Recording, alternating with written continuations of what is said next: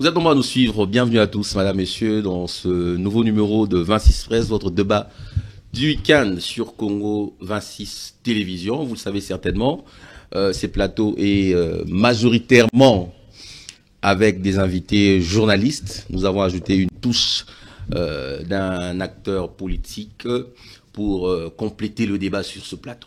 Alors, nous parlerons aujourd'hui de la révision constitutionnelle. Vous savez, le débat alimente plusieurs salons politiques en République démocratique du Congo. Nous parlerons de l'opportunité, des mécanismes qu'il faut mettre en place pour que cette révision n'enfreine pas à la démocratie et que cette révision respecte les normes et fédère la classe politique tout entière. Nous allons essayer de réfléchir et trouver des solutions, certainement pour vous faire plaisir. Alors, je ne suis pas seul, comme je le dis tout à l'heure, je suis avec les têtes couronnées des médias en RDC, une figure bien connue du petit écran en RDC, Eric Izami, et un habitué de cette émission. Bienvenue. Merci. Excellent confrère. Merci beaucoup, frère.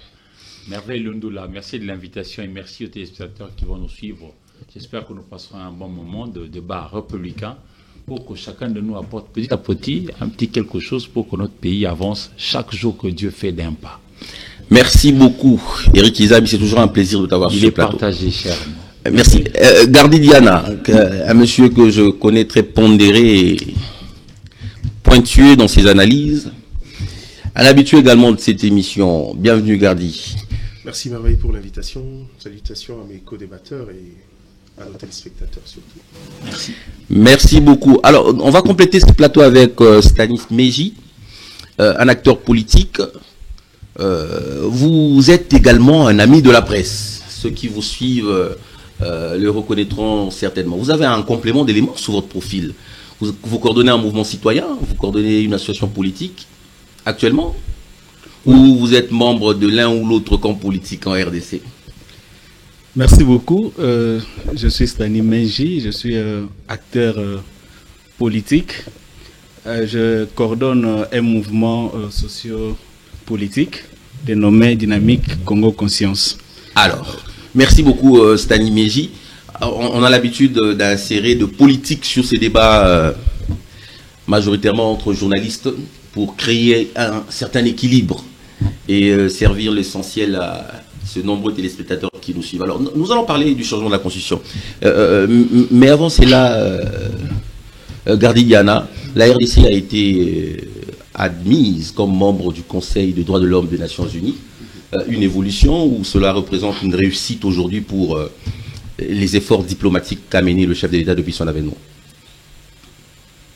Merci pour la question. Je crois que c'est une question cruciale aujourd'hui, dans un contexte comme le nôtre, qui est un État qui vit une situation humanitaire assez compliquée, qui vit un contexte de droit de l'homme assez difficile.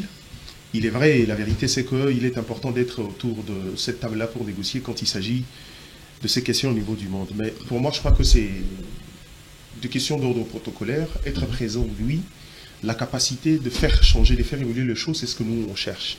Okay. Je crois que c'est généralement des assemblées où les débats sont participatifs, où généralement la règle de la majorité continue à prévaloir, mais il est quand même important d'avoir un droit de regard, de participer diplomatiquement, c'est un pas important pour nous. Mais si vous le permettez, moi je crois que la question la plus essentielle que moi je voudrais évoquer sur cette émission aujourd'hui, c'est le regard de la RDC sur la question de Charles Onana. Ok, Charles Onana, cet écrivain franco-camerounais qui dans le pouvoir de Kigali judiciaire. Oui, exactement. Je crois qu'en attendant le verdict qui doit arriver, je crois, le 9 novembre, le dernier procès s'est tenu cette semaine ici. Ce qui est bizarre, c'est que pendant un procès, des personnels judiciaires se permettent de dire que, à la suite de ce procès, il y aura des conséquences à la fois judiciaires et politiques. Moi, ça me dérange.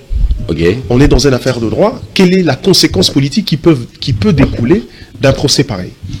Et je rappelle ici, je me souviens encore une fois de plus, sans vouloir inverser qui que ce soit, il y a eu une période où Charles Onana est arrivé ici à Kinshasa, parce qu'il était un peu pourchassé. Il devrait entrer ici par la Tanzanie, et qu'il a été empêché de pouvoir arriver ici, toujours avec l'aide du Rwanda. La question, est-ce qu'il a pu arriver à Kinshasa? Est-ce qu'il a pu rencontrer les dirigeants congolais? Parce qu'il ne faudra pas oublier, ces types-là est pourchassé pour la cause congolaise. Exactement. Et je crois que Charles Onana a le droit d'avoir le soutien intégral et total de la RDC. Merci. Il faut qu'on en fasse une question d'État, parce que si Charles Onana est condamné aujourd'hui, c'est-à-dire que la plupart des vérités évoquées dans son livre partent avec lui. Et malheureusement, ça sera encore un combat, une bataille perdue pour nous. Et j'en appelle à la responsabilité de l'État congolais. Merci. S'il faut se constituer en partie... Bon, malheureusement, il est déjà tard parce que le verdict doit arriver. J'espère qu'on l'avait fait. En tout cas, il fallait qu'on soit... En tout cas, vraiment derrière Charles Onana. Je sais aussi que ça ne serait qu'une condamnation en première instance. On aura encore le droit d'appel et que le Congo doit regarder de très près. Même si on reste confiant, mais moi, je sais qu'il y a une forte mainmise. Et surtout que le procès se déroule en France. J'ai perdu ma foi vis-à-vis de la France quand il s'agit de la question de l'Est. Mais merci. Est-ce qu'on pensait que l'État s'implique suffisamment? Oui. J'ai plutôt le sentiment de dire, je partage entièrement ce que dit mon frère Diana, Mike Gardi, mais j'ai plutôt l'impression que Charles Onana, qui devrait être soutenu par nous tous, ne l'est que par nous, population, au bas de l'échelle. Nous, population lambda, plutôt que l'officiel. J'aurais voulu aussi que la voix de l'officiel congolais se fasse entendre, parce que si jamais Charles Onana sera condamné, nous le serons avec lui. Exactement. Et nous allons en pâtir, et avec lui. Parce qu'il fait partie, à mon sens, de notre famille, République démocratique du Congo.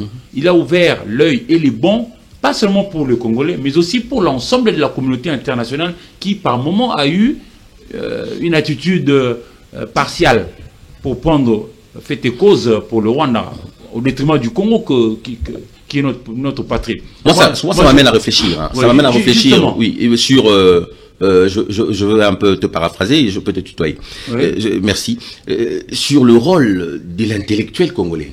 Lorsqu'on se rend compte que Onana, qui est un Camerounais, un Français également, a pu documenter et faire des graves révélations sur la véritable face des Kagame et le rôle qu'il a joué sur le massacre de la RDC, et que nous avons des intellectuels congolais qui sont plutôt concentrés à publier des ouvrages pour vanter des politiques.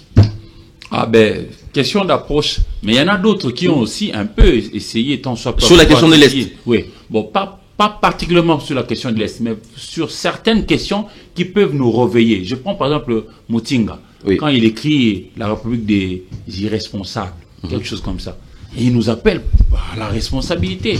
Et ici, la responsabilité voudrait que nous puissions quand même soutenir, et que lui, Onana, se sente également prise en compte par nous, populations, pas seulement nous, Congolais, en tant que l'âme de la population, mais aussi et surtout notre gouvernement qui, lui, dirige le pays au quotidien. J'aurais voulu que si possibilité il y a, un peu comme a dit Diana, c'est pas encore totalement tard. On peut toujours lui envoyer ce qu'il a besoin, c'est-à-dire les lobbies forts, tout ça, pour faire triompher la cause du Congo. Ça ne servirait à rien que de pouvoir vous déchirer ou vous entrer déchirer ici. Parlant de notre sujet d'aujourd'hui, révision de la Constitution, modification de la Constitution ou pas, plutôt que de laisser tomber, puis cracher sur nos 10 millions ou pas plus. 10 millions de morts. Alors, dans la partie orientale de la République démocratique du Congo. Alors, on a un frère admis dans notre famille et il mérite notre encouragement, notre soutien. Voilà. Alors, placez un mot comme Diana l'a fait tout à l'heure sur l'admission de la RDC au Conseil des Nations Unies. Ça, c'est une prouesse. Qu'est-ce que vous en pensez? Au moins là, je suis heureux et fier par rapport au fait qu'il y a même eu, parlant des irresponsables, certains de nos acteurs politiques qui sont allés même jusqu'au niveau de Genève, comme pour dire que non, le Congo-Kinshasa ne devrait pas avoir... Vous parlez de Diongo, voilà, avec des gens comme ça, et qui peuvent demain revenir ici au pays pour solliciter le suffrage des Congolais. Franchement, j'en étais à tomber à la renverse. Mais heureusement que sur 190, c'est 172 pays qui ont voulu à ce que le Congo puisse être là, et nous avions occupé la 6e place. Maintenant que nous avons cette tribune-là, et je crois que l'heure est venue pour que l'on puisse maintenant faire prévaloir de ce que nous avons toujours fait ici, mener comme enquête. J'ai salué tout ce que le ministre Patrick Mouyaya Katembo a fait publier par les différents livres blancs publiés. C'est déjà un pas important, mais je voudrais qu'on amplifie encore davantage. Et déjà, puisque nous sommes là, que nous puissions maintenant prendre la parole et bien la prendre pour que nous puissions faire triompher la cause du Congo au niveau de ces concerts des nations. Merci. C'est une victoire pour moi à préserver. Maintenant, j'en appelle à tous ceux qui sont aussi rodés, rompus, outillés dans ces domaines-là. nos différents professeurs qui nous clament sur tout le toit ici, qui sont experts en la matière, qui viennent pour alimenter notre source, pour que nous puissions faire triompher le Congo. Merci beaucoup, faire triompher le Congo. Merci le Congo. Staline Meji, vous avez certainement suivi les analyses de vos contradicteurs ou de vos co-débatteurs. On va le dire comme ça, l'adhésion de la RDC au Conseil des droits de l'homme des Nations Unies. Qu'est-ce que vous en pensez? Une victoire diplomatique au regard de toute cette bataille que le chef de l'État mène depuis son avènement, ou vous considérez ça comme un fait bénin, comme les autres le disent, au niveau de Paris? En tout cas, merci beaucoup. Ce n'est pas un fait bénin. C'est une victoire, c'est une prouesse en termes de la diplomatie congolaise.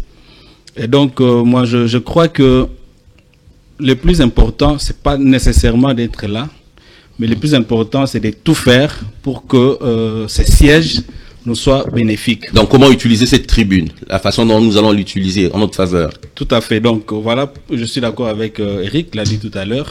Donc, il faudra que les experts soient associés à cette victoire pour que les fruits soient escomptés. Et donc, personnellement, j'avais condamné l'attitude de nos compatriotes qui étaient allés dire que la RDC ne pouvait pas occuper un siège à ce niveau-là. Ça, ce n'est pas aimer le pays. Dans leur démarche, ils estiment que la RDC n'est pas respectueuse des droits de l'homme. Les droits de l'homme. Bon, ils font référence également aux incidents de Makala ayant causé la mort de plusieurs de nos compatriotes. Les enquêtes sont à quel niveau? Bon, on va certainement s'interroger. Bon, ils peuvent avoir raison. Mais je dirais que cette élection est aussi pédagogique parce que la RDC sera appelée à prêcher par l'exemple. Vous voyez? Donc, vous êtes membre de la commission et donc vous devez prêcher par l'exemple au niveau interne. Mais également, c'est une occasion, une opportunité pour la RDC de parler de tout ce qui se passe à l'est du Congo. Et donc, c'est une grande victoire. En tout cas, félicitations au gouvernement. Et donc, nous osons croire que cette victoire nous sera bénéfique. Alors, je vais être un peu plus politique avec vous. Excusez-moi. Lorsque j'écoute mon frère, mais j'ai parlé, j'applaudis, mais je voudrais quand même revenir sur une des phrases. Il dit, ils peuvent avoir raison. Non, mon frère, ils n'ont pas raison. Je prends ici la France. Prenons les pays qui sont perçus comme étant démocratiques. Toutes les révélations aujourd'hui mises à la place publique, sur la place publique par Bourgi, est-ce qu'ils se sont toujours comportés en démocrates? Comme Bourgi nous révèle que lors des élections en Côte d'Ivoire, c'est plutôt Gbagbo qui avait gagné, mais Paris a décidé de pouvoir faire partie Gbagbo au profit de Ouattara. Et lorsque Gbagbo raccroche son nez, je vous ai assez entendu, il raccroche son nez, lui, Bourgi, il fait rapport à Sarkozy, et Sarkozy lui rétorque, Gbagbo ne veut pas quitter, alors je vais le vitrifier.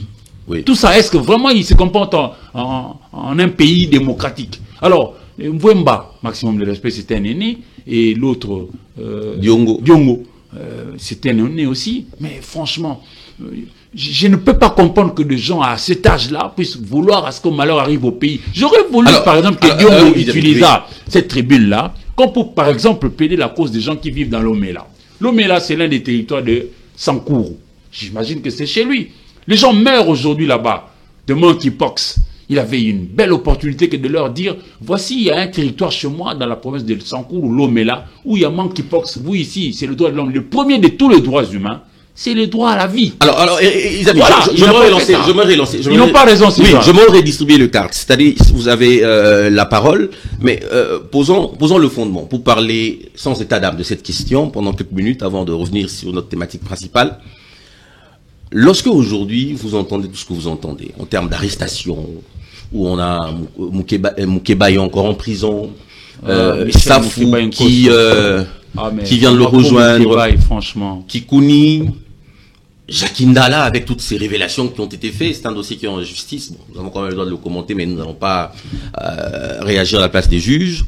Tous ces scandales qui tournent autour aujourd'hui de la justice congolaise ou autour de la classe politique congolaise, quelque part, vous ne pensez pas que ceux qui s'opposent à ce que la RDC rejoigne cette commission de droits de l'homme des Nations Unies, leur inquiétude peut être justifiée? Bon, je voudrais avant toute chose revenir à ce que mon frère... Oui, pas de problème, vous allez balayer le tout dans 2 minutes, comme ça on va essayer tous de réagir sur ça et puis on va continuer. Voilà, je tiens à dire que nous sommes dans la société où personne n'a les monopoles de la raison. Le plus important, c'est les fruits du choc d'idées. Ce qui est plus important. Donc, chacun en posant tel ou tel autre acte, en tout cas, c'est après avoir mûri la réflexion là-dessus, et c'est dit peut-être en posant cet acte, j'ai raison. Voilà pourquoi je ne voudrais pas juger qui que ce soit, mais sinon, je pense que dans cette démarche, quand il s'agit du Congo, au-delà de nos frontières, nous devons tous nous unir et parler d'une seule voix. Et donc, voilà. Et nous avons régressé en termes de liberté d'expression, il y a des arrestations. Peut-être que la démarche de Diongo et consorts serait justifiée. Bon, vous savez, liberté d'expression, arrestation, tout ce que l'on peut évoquer ici ne passe pas avant l'intérêt supérieur de la nation. Parce que vous savez, ceux qui sont arrêtés, jusqu'à présent, nous ne savons pas pourquoi ils sont arrêtés. Ce que nous pouvons demander, c'est qu'ils soient déférés devant leurs juges traditionnels, afin qu'ils soient jugés, que l'on sache exactement pourquoi sont-ils poursuivis. Et donc, je m'abstiens de faire beaucoup de commentaires, mais sinon, je peux relever le fait que certaines arrestations ne respectent pas les règles établies. Parce que... oui. Certaines arrestations ne respectent les règles établies. Je veux prendre Gardi. Je veux prendre Gardi pour réagir. Vous avez donné votre point de vue en entame sur cette question. Mais j'aimerais que vous réagissiez par rapport à ceux qui se sont opposés à cette démarche. Pensez-vous aujourd'hui qu'ils ont raison lorsque vous voyez comment la situation au niveau de la justice évolue? Nous saluons d'ailleurs le ministre de la Justice, Constant Moutamba, pour ses efforts. Mais les arrestations des acteurs politiques, de journalistes ou encore de leaders d'opinion, est-ce que ces faits peuvent justifier le fait que ceux qui ne veulent pas, ceux qui se sont opposés à cette démarche, le fassent? Surtout qu'on parle aussi de menaces d'arrestation contre Moïse Katumbi. Bon, je crois que ici, il n'est pas question d'établir la raison des uns et des autres. Commençons par le fondement. C'est le prisme congolais. C'est quoi l'opposition chez nous? Et je pense, c'est à ce niveau-là que je mettrai un peu de la nuance. La nuance, c'est que, pour eux, permettre à la RDC d'intégrer la Commission des Nations Unies des droits de l'homme, c'est une victoire diplomatique, comme on l'a dit ici. Or, à la limite, faut coûte que coûte faire échec à toute dynamique qui va dans le sens de pouvoir donner un peu de galon au pouvoir. Là, les opposants, c'est les opposants. C'est la logique de l'opposition chez nous. C'est ça le prisme. Mais la question, c'est... un mauvais prisme. Justement. Mais la question, c'est, est-ce que le pouvoir n'a pas prêté le flanc à cette... n'a pas nourri cette façon de voir les choses? Parce qu'on est constamment tourné vers les victoires d'étape. On est constamment en train de parler des petites victoires d'étape sans vraiment tomber dans la finalité, dans le fond de choses. Je l'ai dit tout à l'heure. C'est bien qu'on soit au niveau de cette commission. On a droit d'être là au regard de notre situation sécuritaire et humanitaire et surtout au regard de ce que nous représentons. Mais quand on définit les objectifs de ce groupe-là, je pense qu'il n'y a pas contradiction entre ce qu'on est et les faiblesses qu'on a en interne et le travail qui doit être fait là. Pourquoi? Parce que je pense que dans le sens pédagogique, quand on est membre d'une commission qui est censée veiller au niveau planétaire sur les questions de droits de l'homme, d'une manière ou d'une autre, on se bonifie soi-même. Oui. Parce qu'on est censé prêcher par l'exemple. Oui. Et à la limite, c'est aussi une tribune. Parce que quand on parle des questions de l'évaluation des droits de l'homme, les gens ne le disent peut-être pas assez. On voit seulement les quelques dérives qui peuvent arriver par des gens qui ont une parcelle de pouvoir à gauche, à droite sur la population. Mais au-delà de ça, il y a également l'implication des uns des autres différents partenaires. Je vous donne juste un exemple. Un exemple, et puis vous allez chuter par là, on va... Est-ce que vous savez aujourd'hui que le pouvoir économique qu'on a donné à certains partenaires, j'aime pas vilipender les Chinois parce que j'estime que c'est les rares partenaires assez sincères par rapport aux autres, mais arrivé là où ils exploitent le mine, vous verrez que généralement, dans les considérations des communautés, il y a un sérieux problème. Or, est-ce qu'on doit appliquer les règles de l'État vis-à-vis des gens, des tierces qui viennent au nom du bilatéralisme avec un État, ça peut nous poser un problème. Je crois qu'à ce niveau-là, on a plusieurs champs qui peuvent nous permettre à nous d'améliorer notre situation en termes de droits humains, mais aussi pédagogiquement, ça nous enseigne à nous-mêmes.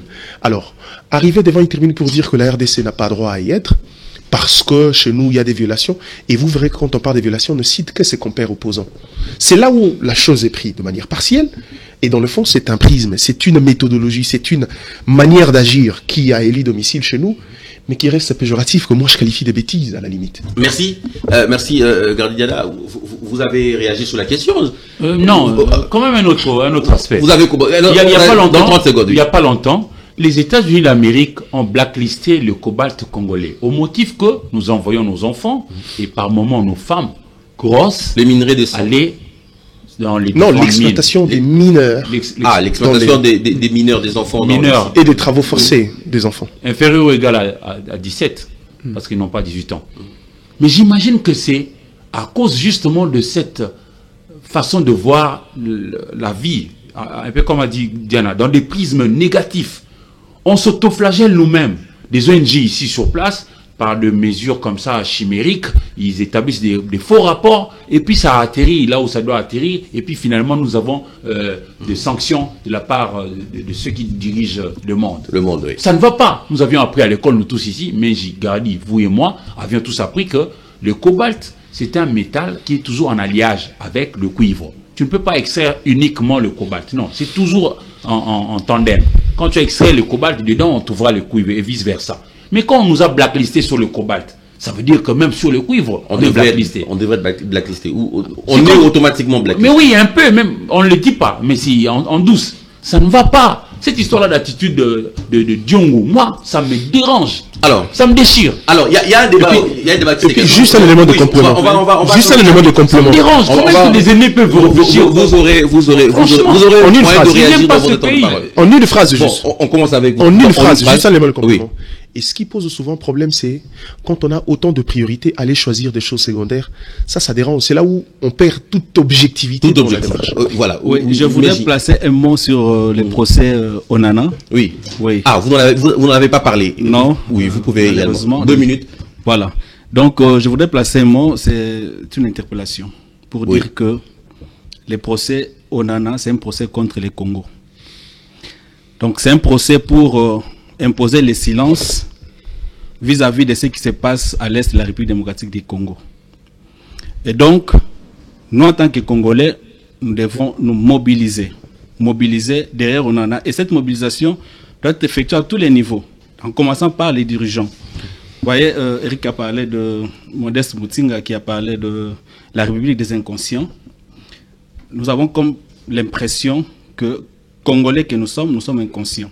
Parce que vous savez, aujourd'hui, si on ne se mobilise pas, une fois Charles Onana condamné, et donc, c'est le silence, et toute personne qui osera lever la voix contre les massacres des Congolais par les Rwandais à l'est du Congo, sera dans les viseurs du Rwanda et ses partenaires internationaux. Merci beaucoup Stani Meji. Alors on va parler de la révision constitutionnelle. Ces débats ont fait couler beaucoup d'encre et des salives. On en parle dans plusieurs salons politiques aujourd'hui en République démocratique du Congo. Cette constitution que beaucoup taxent de constitution des belligérants. 20 ans après, il nécessite aujourd'hui un changement. Mais Eric Izami, est-ce qu'aujourd'hui, la constitution actuelle empêche la République démocratique du Congo de se développer? Bon, pourquoi je pose cette question? Parce que il y a certaines années où Joseph Kabila avait estimé que le code minier n'était pas en faveur du peuple congolais. Voilà pourquoi il y a eu révision de ce code minier qui, j'espère, aujourd'hui, joue en notre faveur. Bon, dans le contexte actuel, vous pensez aujourd'hui réellement que la Constitution ne travaille pas en faveur du peuple congolais et elle devrait être changée ou révisée? D'abord, un postulat, cher Merveille Lundula. Oui. Vous avez vu comment est-ce que j'ai défendu la République, m'offusquant sur l'attitude de Franck Diongo et de Jean-Claude Mbemba. Oui. Je suis contre ces deux aînés parce que justement, ils ont œuvré contre la République. Maintenant, parlons de la révision de la Constitution ou la modification. Ah, mais là, je reste républicain. Je ne vois ni l'opportunité, ni l'urgence. En réalité, dans la philosophie, avions-nous appris, il y a la réalité acte et la réalité puissance. Qu'est-ce qui va changer si jamais on changeait? Je voudrais expliciter ma pensée dans le fond. Allez-y.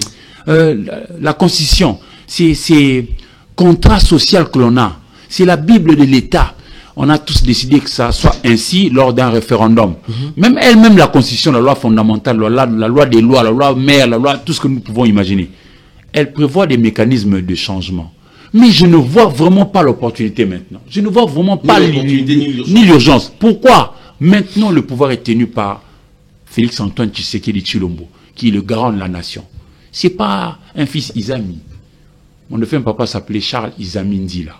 Mon nom, c'est un petit nom. Personne. Mais lui, oui, merci.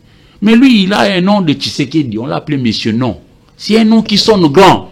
Franchement, si jamais il allait sur cette voie-là, il va tuer et les noms que j'ai vantés ici de son père, qui est un grand nom, lui-même aussi un grand monsieur, porté au firmament. Il a eu 74 et quelques pourcents lors de la dernière élection. C'est pas rien. Alors, je lui conseille de ne pas aller sur cette voie-là que de vouloir changer la constitution de la loi fondamentale. Pour arranger son pays ou développer son pays, Magoufouli ici, tout ce qu'il a fait chez lui, est-ce qu'il avait changé la constitution? Le monsieur ici, Nguema, qui est au Gabon, tout ce qu'il fait, est-ce qu'il a changé la constitution? Et que on peut multiplier les exemples. Quand on a la bonne volonté que de pouvoir bien faire, on n'a pas besoin forcément de changer la constitution. Merci. Et puis, toute la critique qui avait été développée ici sous le président Joseph Kabila Kabange, franchement, on va vraiment revenir sur ça. Que l'on revoie les images, que l'on revoie les arguments des uns et des autres. S'il vous plaît, Excellence, Monsieur le Président, ne va pas sur cette voie-là. Merci beaucoup. Seulement, serrer à gauche et à droite pour que les uns et les autres, tous, soyons sérieux pour pouvoir travailler au bonheur de ce pays. N'allez pas sur cette voie-là. On n'a pas besoin de voir encore d'autres Congolais mourir pour rien. Alors, je vais revenir sur la même question avec Stani Meji avant de rejoindre Gardi Diana. Eric Izami parle ni l'opportunité ni l'urgence aujourd'hui. Qu'est-ce que vous pensez de cette démarche lorsque on sait que le secrétaire général de l'UDPS, qui fait office du président de l'UDPS, Augustin Kabouya, a développé une théorie comme quoi le chef de l'État n'aurait en réalité que 3 ans de mandat, parce qu'une année c'est pour la préparation du gouvernement et autres, et la dernière année, c'est pour... Tout ça, c'est parce qu'on est bouton. C'est pour les élections. C'est pas vrai. Nous n'allons pas dire à nos enfants que 5 égale 3. Oui. Votre point de vue, Meji. Mon point de vue, il est contraire à ce que Eric vient de dire tout à l'heure. Oui, vous êtes libre. C'est votre point. Oui. Personnellement, je pense qu'il y a lieu. Donc, vous vous opposez clairement à cette démarche? Non, lui, il est pour. Vous êtes pour cette démarche, le changement de la Constitution. Oui. Tout à fait. Je suis pour le changement de la Constitution, parce que la révision, je ne sais pas quelles sont les dispositions qui seront révisées, mais je suis pour le changement ou la modification de la Constitution. Voyez, nous... Qu'est-ce qui ne marche pas avec celle-ci? Beaucoup de choses. Allez-y. Beaucoup de choses, parce que nous, à notre niveau, au niveau de notre mouvement, nous avons fait une réflexion sur... on a fait une autopsie de la vie nationale du pays. Oui. Et nous avons compris beaucoup de choses. D'abord, on a compris que nous avons un problème de conscience. Oui. Si le Congo ne se développe pas, c'est parce qu'on est inconscient. Ça, en tout cas, permettez-moi de le dire. Nous avons des hommes très compétents ici en termes d'études. Nous avons, voire des génies. Des gens très éduqués. Voilà, très éduqués, instruits, tout ça. Mais pour la plupart, nous n'avons pas de conscience. Nous n'avons pas de conscience. Et donc, certains actes que nous posons, parce que ce sont des actes posés inconsciemment, ne profitent pas au pays. Vous voyez, aujourd'hui, lorsqu'on parle de la révision ou de la modification de la Constitution, les gens pensent directement au 3e mandat du chef de l'État. Oui, mais alors qu'il ne marche pas aujourd'hui et qui justifie les changements de la Constitution. C'est pas la seule Kabouya a parlé de 3 ans seulement que le président de la République exercerait, parce qu'une année à la formation du gouvernement, une autre année aux élections. Qu'est-ce qui ne marche pas clairement? Je ne suis pas d'accord avec cette démarche de dire on doit modifier la Constitution parce qu'on doit revoir les mandats du chef de l'État. Non. Là, je ne suis pas d'accord. Eric a dit que cette Constitution est qualifiée de Constitution des belligérants. Oui, pourquoi? Parce que la motivation première, c'était celle de mettre fin à la guerre. C'était ça la motivation, le facteur qui a fait à ce que cette Constitution soit élaborée. Oui. Alors oui, nous connaissons bien l'histoire, quand même que jusqu'à aujourd'hui, la guerre persiste. Oui. Est-ce que faudra-t-il continuer sur la même lancée? Voilà pourquoi nous avons proposé les États généraux de la nation. nous nous disons qu'il est temps que les fils et fils de la nation se mettent ensemble, qui réfléchissent sur ce qui sera les prochains pactes républicains. Parce qu'il y a beaucoup d'insuffisances, parce que ce n'est pas le moment peut-être de décrypter tous les articles de la Constitution, mais il y a beaucoup de choses qui nous divisent. Je donne un exemple. Oui. Je me demande pourquoi devons-nous avoir 4 langues nationales. Parce que nous considérons la langue comme élément de division. Pendant qu'on parle de la cohésion, mais nous pensons que la langue, c'est un élément de la division. Vous auriez voulu que nous puissions en avoir combien? Une seule. Pourquoi? Et ça serait laquelle? Le lingala, parce que le lingala est parlé partout à travers les pays. Cher ami, et donc, s'il vous plaît, s'il vous plaît. Vous voyez, j'ai un exemple. On se retrouve quelque part, nous parlons français, mais à un moment, il y a quelqu'un qu'on appelle au téléphone, il commence à parler en Chiluba. Et s'il y a quelqu'un, c'est mon frère est là. Ils vont se retirer après, ils commencent à discuter en Chiluba. Il dit son frère. Donc, comme pour dire que les Swahiliphones n'étaient pas son frère. Ok. Vous voyez? Voilà, on va passer. Oui, chuter. Donc, pour conclure, je voudrais dire ceci, que la révision constitutionnelle ne doit pas être une affaire d'un seul parti politique. Où l'objectif ne doit pas seulement être celui de revoir les mandats du chef de l'État. Mais plutôt, ça doit être une affaire nationale et tout le monde doit être associé pour réfléchir sur exactement ce que nous pouvons faire, parce que aujourd'hui cette constitution, dans beaucoup de choses, ne répond plus aux réalités. Merci. S'il vous plaît, donnez-moi 30 secondes. 30 secondes. Vous avez épuisé votre temps de parole. Oui. 30 secondes. Nous avons des gens aujourd'hui qui sont... Vous avez quelqu'un qui est conseiller communal, il est député provincial, il est député national, il est sénateur, il est gouverneur. Je pense que ça, c'est la loi électorale. Tout ça. C'est la loi électorale. La loi électorale, mais... C'est la loi électorale parce que... À la Constitution, voilà. Parce que la Constitution ne dit rien. Merci. Vous voyez. Merci beaucoup, Pascal Rousseau, ne dit rien. La parole doit tourner, malheureusement. Gardez Diana, j'ai vu regarder sa montre attentivement. Vous aurez également 5 minutes et on va avancer. Okay. Alors, au regard de tout ce qui a été dit sur ce plateau, nous avons le souci de savoir pourquoi cette constitution doit être modifiée ou changée. Isami a parlé, il ne trouve ni l'urgence, ni l'opportunité. Mais j'y plaide pour l'inclusivité dans cette démarche parce qu'il estime qu'il y a certains points qui doivent être touchés, notamment parce que cette constitution est le fruit de belligérants. Vous, que pensez-vous? Il a ouvert une brèche sur beaucoup de choses. Vous savez, si on veut reprocher des choses... Vous parlez de Stani Meji. De Stani Meji. Oui. Il y a beaucoup de choses qu'on reprocherait sur cette constitution. Mais la seule question qu'il faille, c'est... Je rentre dans la logique d'Éric, c'est quoi l'opportunité maintenant? Oui. Par exemple, lui, il est resté. Quand il parle des questions de langue, je ne suis pas d'accord avec lui. Vraiment pas d'accord avec lui. Parce que, regardez. Le Congo est une mosaïque. On a une valeur différentielle qui, pour les autres, est un élément de division, mais malgré les tentatives, ils n'ont jamais parvenu à disséquer ces Congos. Plus de 450 tribus. Et généralement regroupées dans des zones. Ce qui fait qu'on prend une langue bien parlée dans chaque zone pour en faire un élément d'inclusion, pas de division. Oui. Et aujourd'hui, il n'est interdit à personne. Si vous voulez, vous pouvez apprendre le cas. Je connais des gens, un peu comme Jacques Indala, que j'admire beaucoup. Il parle polyglotte, il parle toutes les 4 langues et il s'intègre partout. Comme Vital Kamerhe. Et c'est même là où il y a le problème, c'est parce que un élément à la base qui a été fait pour l'inclusion, nous on le considère. C'est ça encore le problème de prisme chez le Congolais. Et le prisme de Congolais, c'est quoi? En fait, aujourd'hui, on tente de résoudre par la révision, le changement de la Constitution, notre incapacité à s'adapter au texte rédigé par nous-mêmes. Quand on dit Constitution des belligérants, ma foi, quand cette Constitution a été revue en 2006, c'était quel contexte de belligérance?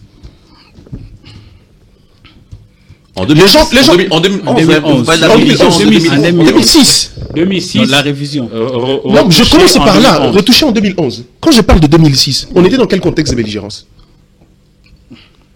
Faut pas retourner à la base. Ça veut dire que c'est une texte parce que c'est une.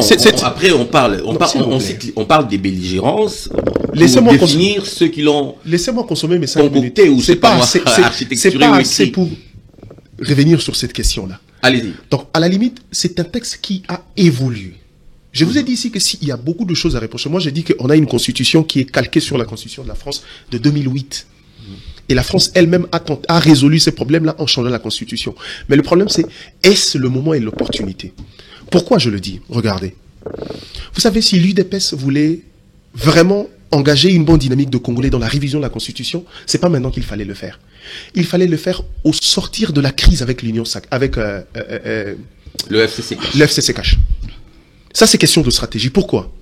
On aurait révélé à la face du monde que si, dans les quelques années où on n'a pas pu travailler, parce que j'ai vu même en France, cette question, cette cohabitation entre le pouvoir parlementaire et le pouvoir présidentiel, a fait que même Chirac, la cohabitation était difficile, où Jacques, même le Premier ministre s'est permis d'insulter, d'attaquer le président. Ça a été très violent, même au niveau de la France.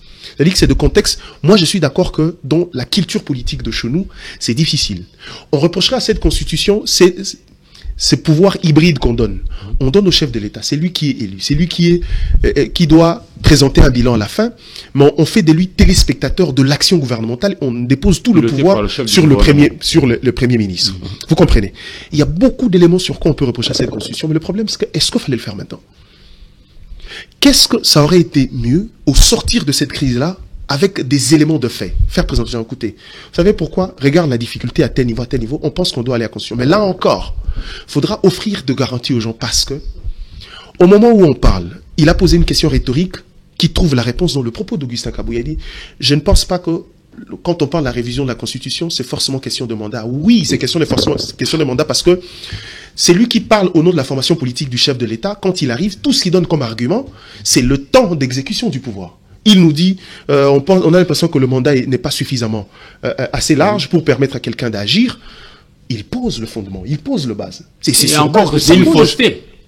C'est une fausseté. Oui, permets-moi, je consomme le multi-géré, il en reste encore deux. Donc, une minute trente. Alors, dans le fond, vous comprenez que on a en face de vrais problèmes de texte dans la Constitution. Par exemple, j'évoque encore un autre élément. Pour moi, je ne trouve plus la pertinence de la bicaméralité du Parlement.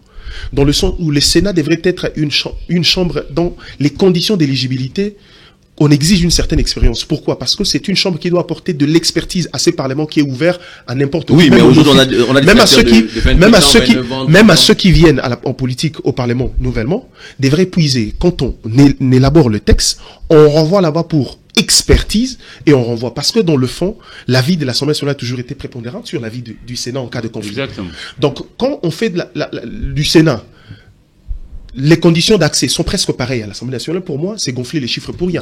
Donc, en gros, il y a beaucoup de choses qu'on va reprocher sur cette Constitution, mais le problème, c'est dans l'opportunité, on n'y pense pas. Et aussi, pourquoi? Parce que les gens qui veulent nous emmener, l'idée de réviser la Constitution, pose le mauvaise base. Au lieu de nous amener sur des questions d'ordre rationnel, on reste dans des considérations politiques et des questions de mandat, ce que les gens ne veulent pas voir. On ne change pas. Vous savez, si vous voulez discuter avec quelqu'un de règles de jeu, faites-le avant la marche. Alors, merci beaucoup. Et aussi, et puis le contexte, parlons comme des prouesses qui ont été réalisées. Avec un peu de bonne volonté, on peut faire de bonnes choses. Le contexte, c'est qu'aujourd'hui, je pense que la vraie discussion devrait être en interne. C'est la fin du mandat constitutionnel de Félix Antoine Tshisekedi, pas d'élu d'EPS. Si on veut conserver le pouvoir, la meilleure des choses maintenant, c'est faut réfléchir sur comment rebondir. L'après Tshisekedi. Oui, mais faut réfléchir sur ça. Il faudra pas se voiler la face. Il faudra pas se faire des gloutons, être là à dire c'est lui ou rien. Non. Alors, à la limite, réfléchissez. La fin du mandat constitutionnel, c'est pour la personne de Félix Tshisekedi. C'est pas pour l'UDPS. Il y a possibilité de reconquérir le pouvoir, de le maintenir en fait. Et ça passe par d'autres stratégies. Donc, ce qui fait que on est partagé.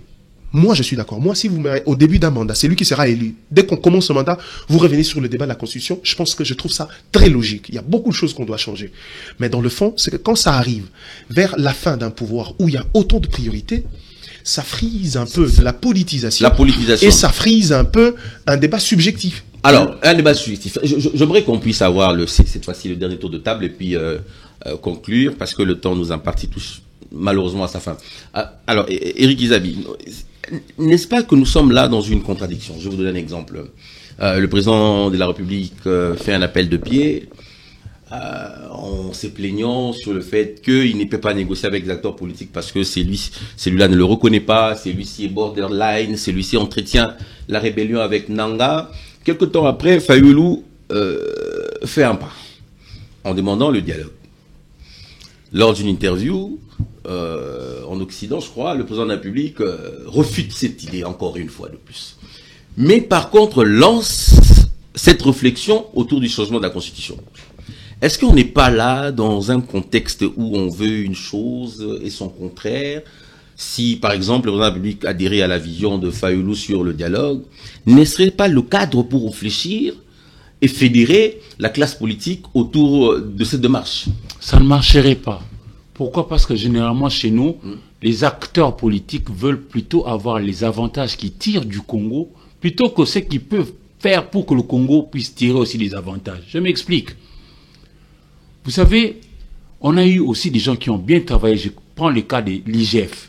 Jules Alinguetti, hein, oui, chef des services d'inspection générale de finances. Bon, là-bas également, il y a beaucoup de scandales, hein, où on s'est fait payer, où on se transforme. Je ne sais pas dire ça. Mission de contrôle. Je ne sais pas dire ça. Mais si je suis ce qu'a été la lignée dans la marche, il a quand même eu à poser des actes salués par notre population. Oui. Est-ce qu'on a changé la constitution pour que lui arrive à bien travailler comme cela? Ou encore Moutamba aujourd'hui qui pose des actes pour poser des actes à gauche et à droite. Est-ce qu'il a eu à changer les...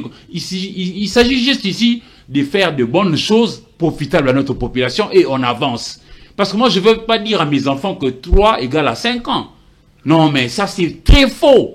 Et puis, il n'y a que vous qui avez un peu évolué dans votre vie sociale, etc. Toujours pas de routes, toujours pas d'eau, toujours pas d'électricité. Pour faire cette émission, nous avons souffert, non, vous et moi ici. Oui. Nous sommes à la Gombe. Et quand sera-t-il avec ceux qui sont dans l'arrière commune? Donc, mettons en avant-plan ce qui fait à ce que nous puissions avancer. Pour moi, le texte peut rester comme ça. Je ne voudrais pas que Tshisekedi Tshilombo vienne s'essuyer. Il porte un nom. Je voudrais, moi, humblement, qu'il termine ses mandats et qu'il parte. Si quelqu'un d'autre de l'UDPS pourra venir, ça sera aux Congolais de décider. Oui, mais vraiment vouloir changer la constitution maintenant avec toute la rhétorique qui avait été développée ici pour empêcher le président Kabila en son temps de ne pas y aller. Je lui demande aussi de faire autant. J'aimerais vous relancer. Vous avez encore la parole, Eric Izami. Je fais exprès de vous peigner ces contextes pendant que je vais vous poser la question. Pourquoi? Parce qu'aujourd'hui, est-ce que nous devons craindre une guerre civile comme nous l'avons vécu au temps de Kengo en 2015, lorsque Kabila a essayé d'inclure, c'était quoi, le référendum pour l'organisation des élections, je sais pas moi quoi. C'était pratiquement une modification qu'il voulait insérer sur la loi électorale. C'est là où je suis malaisé. Il a évoqué Fayulu, qui lui, en son temps, a fait de l'article 64 de notre constitution un chou gras pour demander aux uns et aux autres de s'élever. Nous n'en sommes plus à ce moment-là. Alors aujourd'hui, on doit craindre un affrontement aujourd'hui. Oui. Parce que l'aile de l'opposition s'oppose. Oui, justement. Oui, c'est comme ça que je ne crois même pas à l'idée du dialogue évoqué par Martin Fayulu. Il a toujours, lui aussi, un peu comme le vieux Tshisekedi d'antan, Étienne. Il nie tout, il refuse tout, il propose rien. C'est seulement maintenant qu'il a proposé des dialogues. Il y a de quoi, parce qu'on revient des élections. Comment est-ce qu'il s'est comporté lorsqu'on a organisé les élections? Il a dit qu'il ne va pas participer, tordant même les coups aux ardeurs de ces poulains qui eux aussi voulaient être candidats. Il les a surpris à la fin pour être lui-même candidat pendant que les autres avaient déjà été écartés. Malheureusement. Ils ne sont pas sincères. Pour moi, il n'y a pas à changer de constitution. Faisons ce qui est bien à faire pour notre pays. On va avancer. Celui qui viendra peut-être plus tard, mais pas pour ce mandat. Je ne souhaite pas. Merci beaucoup. Alors, Stali Meji, qu'est-ce qui a changé? Alors, la réalisation pourra nous balancer une image du chef de l'État où, dans son temps, il disait lors d'un meeting qu'il était encore à l'opposition radicale. Problème, il y a Congo, il y a problème à la constitution, il y a Congolais. Voilà, qu'est-ce qui a changé? Il y a problème à Misala, Bapayabaya, la Sima, Congolais, Nanou Liboso. Voilà. 2 ans, il est à son 2e quinquennat, la première année. Qu'est-ce qui a changé tous ces temps? Où il défendait bec et ongle cette constitution, et aujourd'hui où il évoque cette idée de changement et son parti politique en fait son cheval de bataille. Qu'est-ce qui a changé? Puisque vous croyez au changement de cette constitution. En tout cas, je ne suis pas porte-parole du président de la République. Non, vous analysez comme Congolais, librement, oui. Alors, c'est à lui de nous dire ce qui a changé. Parce que hier, il était contre la révision de la Constitution. Mais actuellement, je ne sais pas si c'est déjà prononcé là-dessus, mais il serait d'accord parce que son parti est tout à fait mobilisé pour cela. Et donc, mais je crois peut-être que ce qui a changé, ce sont des réalités. Lesquelles? Les réalités. lorsque il disait non, il était dans l'opposition. Maintenant là qu'il est au pouvoir, il s'est rendu compte que les réalités sont tout autres. C'est cela que je pense. Voilà, ici, pour revenir à ce que les autres ont dit, l'opportunité, ici, c'est la conformité à la réalité que nous vivons aujourd'hui. J'ai donné tout à l'heure l'exemple de cumul des postes ou des fonctions. C'est constitutionnellement correct. Cumul de candidatures. Cumul de fonctions n'existe pas. Oui. Cumul des candidatures. Même des fonctions, ça existe. Non, c'est interdit par la Constitution. Tu peux pas être sénateur et député, il faut choisir un siège. Oui, mais tu ne peux pas être aussi mandataire actif et puis être député national. Il y en a pas. Il y a une nuance importante. Mais vous pouvez préciser. Hein. Même tout en étant mandataire passif, c'est un cumul aussi. C'est un cumul. Bon, la loi. Vous êtes déjà sénateur. Vous êtes sénateur, mais vous êtes encore PCA. Ah, donc dans ce sens, ça peut être discuté pour être modifié. Vous voyez, mais restons. Oui, on peut être mandataire passif. Oui. Par exemple, les membres du conseil d'administration. Être député. Oui, non, c'est faux. Le PCA de Logefrem, Adolphe Ami, c'est un ami que je sais et député national. Les cas sont c'est de l'irrégularité. Non, c'est de l'irrégularité. Donc, par rapport à la loi, c'est de l'irrégularité. Bon, vous nous suivez, vous allez nous aider à comprendre. Sous silence, alors, moi je note que Mende PCA quelque part. Mende PCA quelque part, il est. Les cas sont légion. Les cas sont légion. Oui, les cas sont légion. Admettre. Mais chez nous, on ferme les yeux. C'est constitutionnellement correct, mais socialement incorrect, parce que ça ne passe pas dans l'opinion. Ça ne passe pas. Bon, les gens ont été scandalisés lorsque vous parlez des cumuls de mandats où Lualaba ou Fifi Masuka était à la fois député provincial, député national, gouverneur, sénatrice. Bon, c'est un cumul des candidatures, pas de mandat. Cumul, oui, je parlais des cumuls des candidatures. En fait, voilà. Oui. Bon, après, elle a dû faire un choix. C'est des choses à décourager. Et maintenant, qu'est-ce qui arrive? Et sur chaque suppléant, c'est un membre de famille. Et ça, il faut juste, avec la loi électorale, changer ça. Et puis on balaye ça. Vous avez la parole, c'est-à-dire, je vous pouvez poursuivre. Et maintenant, qu'est-ce qui arrive? On choisit d'être sénateur. Mais là, on était député, on laisse sa nièce, son épouse, je ne sais qui n'a aucune vision politique. Aucune vision politique. Et ce sont des réalités qui nous obligent aujourd'hui à revoir la Constitution. Mais lorsqu'on a parlé de 2006, la Constitution de 2006 comme Constitution des belligérants, oui, mais parce que c'est un des fruits de Sun City. Il a été convenu qu'il faut démocratiser les pays. Pour cela, il fallait passer par la mise sur pied d'une constitution. Et tous ceux qui nous dirigeaient avant 2006, je crois, excepté les présidents des forces du futur, Zaïd Ngoma, qui était de l'opposition non armée, mais les autres étaient des belligérants. Vous voyez? Alors, mais cette constitution... C'était des rébellions quand même. Kabila n'était pas belligérant, pour autant il gérait... Bon, Kabila est venu avec Afdel. Kabila est venu avec Afdel. Il était pour le compte. Kabila est venu avec Afdel. Du pouvoir, le PRD, c'était pas de la belligérance. Kabila est venu avec Afdel. Zaïd Ngoma est venu avec Afdel. Non, Zaïd Ngoma. Non, je parle de... L'autre là, c'est qui? C'est Abdoulaye, voilà. Oui, Abdoulaye Ndombassi. Yerodia. Oui, il est venu avec Afdel. Et donc. C'est 97. Oui, bon. Mais c'est ça. Parce que au moment où on parle de la Constitution, nous sommes déjà en 2003. Oui, on risque de se perdre. Alors, vous avez totalement raison. Vous voyez? Bon, on va passer la parole à Garbi. Oui. Et donc, aujourd'hui, nous pouvons nous poser la question de savoir qu'est-ce que cette Constitution a résolu. Si ce n'est beaucoup de choses. Si ce n'est les mots. Vous avez votre temps de parole, vous parlerez juste après lui, sinon s'il vous plaît. Vous grillotez sur son temps. Allez-y. C'est quand même sidérant. S'il vous plaît. Oui. Vous allez réagir. Oui. Si c'est votre mal en patience. C'est venu avec cette constitution. Oui, vous. Laissez-le évoluer. Argumentez. Faut pas vous laisser distraire par vos contradicteurs. Non, je ne me laisse pas distraire. Mais sinon, si ce n'est, je suis en train de dire qu'est-ce que la Constitution a changé, si ce n'est les modes d'accession au pouvoir. Parce que les yeux sont braqués sur ça. Oui. Mais il y a beaucoup de choses. Dans cette constitution, le professeur Bochab avait parlé de ça. On est dans un régime primo-ministériel. Parce qu'on dit que le chef du gouvernement, c'est lui qui conduit la politique nationale du pays. Mais dans les faits, c'est comme si nous étions dans un régime présidentiel. Oui. Est-ce que cette constitution est respectée? Est-ce que nous devons continuer à l'utiliser? En 2006, on avait organisé les élections. Mais pourquoi Kabila a bénéficié, 2016, merci, a bénéficié de 2 ans de plus? Pourquoi? Donc, vous voyez que cette constitution... Et l'amabilité de répondre quand même à la question. Nous parlons... Au pouvoir, il a multiplié... Il a l'amabilité de répondre à cette question, elle est rhétorique. Donc, nous parlons de la constitution, oui, elle existe.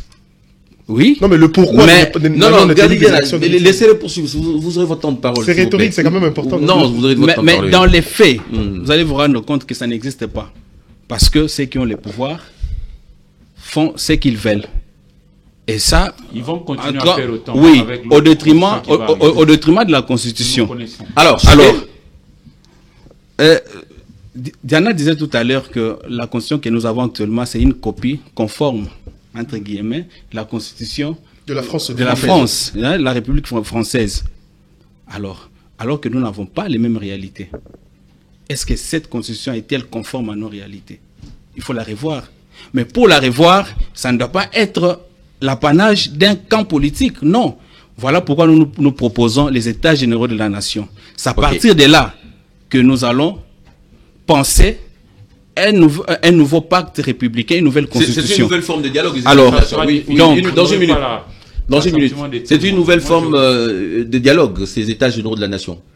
C'est un peu comme si le Faye nous provoque. Et qui le convoque, comment. Bon, c'est un dialogue. C'est pas notre débat. Terminé, 30 secondes. Je ne vois pas Katoumi venir à cette mer. Il veut juste le dire différemment, mais ça fait un dialogue. Laissez Méji poursuivre.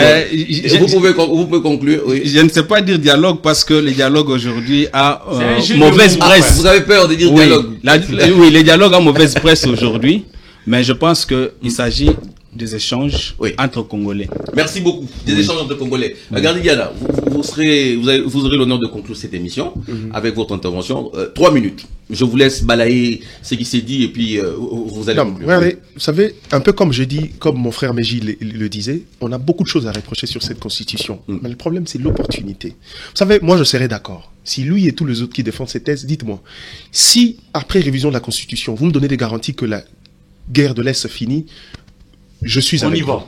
Oui. Ok. Je suis avec vous. Maintenant, le problème, c'est que non, s'il vous plaît. Non, s'il vous plaît.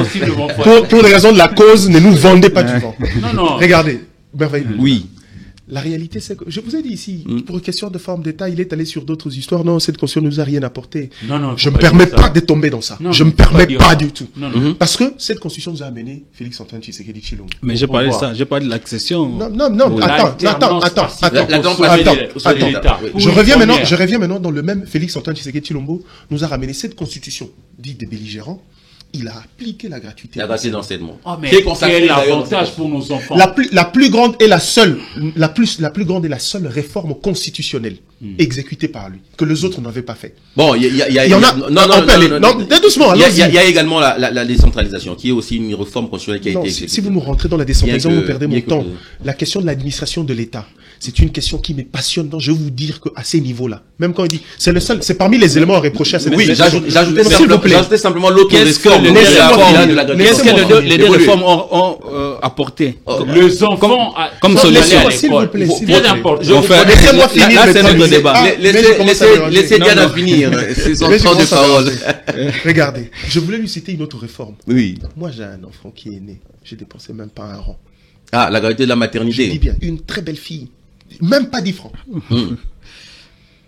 C'est pour vous dire qu'avec cette constitution, il y a beaucoup de bonnes choses. On peut améliorer le contexte social. Oui. Le problème se situe ailleurs. Le problème est dans le choix des animateurs. Le problème, c'est dans se surpasser de contraintes politiques. Exactement. Ça, c'est pas la constitution qui va le résoudre. Diana, le problème est dans la rationalité. Tenons le taureau par le corne. Alors, vous pensez aujourd'hui que le véritable problème derrière cette démarche de changement de la constitution, c'est que ceux qui veulent que cette constitution change veulent pérenniser le chef de l'État. Exactement. Je vous pose une seule question. Non, disons les choses techniques. Mais oui, c'est ça. C'est ça le problème. Vous savez, je vais poser une question rhétorique. Moi, au moins, je vais répondre.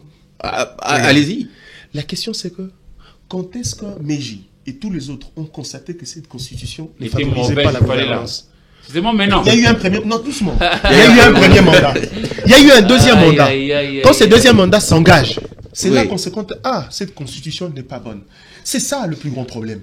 Je vous ai dit que Ni stratégiquement, opportunité, politiquement, ni urgence. politiquement, Ça, on va arrêter. c'était Ça, c'est mon point de vue. politiquement, c'était vendeur cette thèse dès lors qu'on sort du conflit avec FCC. Là, vous l'avez dit. On aurait eu beaucoup d'éléments à revendre à la population, mais aujourd'hui, vous pouvez. Les gens volent ici. Je c'est peux la revenir Constitution sur qui leur votre demande de discours. voler. Aujourd'hui, les empêche de voler. Aujourd'hui, Franchement. la Constitution, Les à gens part- volent en termes de millions. la Constitution nous a emmenés dans la décentralisation, mais on est resté que dans l'aspect découpage. La décentralisation ne fonctionne pas.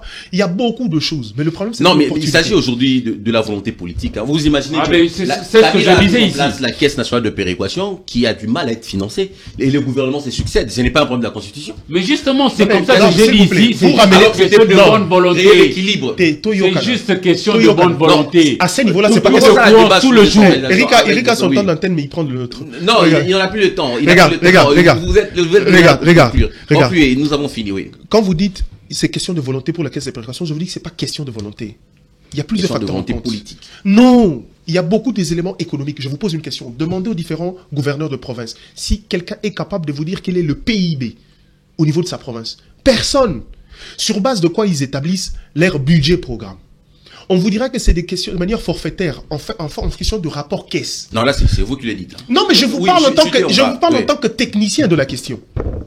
On pourra avoir. Donc un c'est vous débat dire que C'est ça, il y a, non, il y a des contraintes à ces niveaux-là. C'est pas seulement question de, c'est-à-dire là où il y a problème de volonté, c'est dans le choix de gens qui doivent animer ces histoires-là. Il faut qu'on amène, et heureusement, je chute sur un élément qu'il a évoqué. Vous voyez, quand il parle de questions de conscience, si on revient sur la question de la forme de l'État, c'est-à-dire que essayer de donner beaucoup plus de pouvoir au chef de l'État. Si cette question de conscience n'est pas résolue, on rentre à l'époque Mobutu. Merci, de Dardy l'autocratie. Gana. Et ça encore, c'est pire. Merci, Les merci textes- beaucoup. Les Merci. textes ne sont que deux en soi. Merci beaucoup. C'est nous Le- qui le- sommes le pour temps- ça. C'est à nous de donner un sens à nos textes. Merci Faisons du mieux, beaucoup. on va avancer. Merci beaucoup, madame. Monsieur, vous étiez nombreux à nous suivre. Malheureusement, le temps nous imparti à toucher à sa fin. J'avais sur ce plateau Dardy Gana, merci d'être passé. C'est toujours un plaisir. Stali Meji, c'était une première, pas une dernière. Merci très d'avoir bon été avec parmi Meji. nous. Merci Benji, beaucoup. Toutamaïl. Et Meji, qui veut dire intelligence. hein. Intelligent, ouais. Ah bah je pense à un ami, Prince Molela Meji, Bakissa Maele. Ouais. C'est aussi un confrère. Ouais. Eric Izami, encore et toujours, merci d'être passé. Le plus Merci, pertinent. Merci beaucoup à vous, C'est complète. très chers téléspectateurs. C'était un réel plaisir pour moi de vous présenter cette émission. Je crois vous retrouver très prochainement. Ça sera avec le même plaisir. Entre-temps, partagez, commentez, envoyez-nous vos suggestions. Et si vous voulez participer, notre porte reste grandement ouverte. Nous serons très heureux de vous retrouver, de savoir que vous pourriez nous rejoindre la semaine prochaine. Alors, bon week-end à vous et restez bien chez vous. On se retrouve très prochainement. Merci. Mike Dardy Gana.